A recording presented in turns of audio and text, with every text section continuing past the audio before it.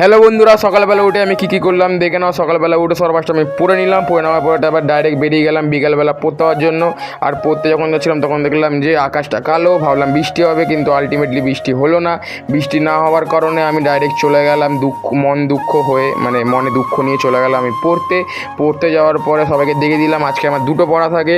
তো ফার্স্ট পড়া কমপ্লিট করে তারপরে একটা 1 ঘন্টার ব্রেক থাকে। 1 ঘন্টার ব্রেকটা নেওয়ার পরে এটা আমার কোচিং, যেই কোচিংটা দেখাচ্ছিলাম এই কোচিংয়েই আমি পড়ি। যদি ভর্তি হতো বলো, ঠিক আছে, মানে ইয়ার্কি মারছিলাম।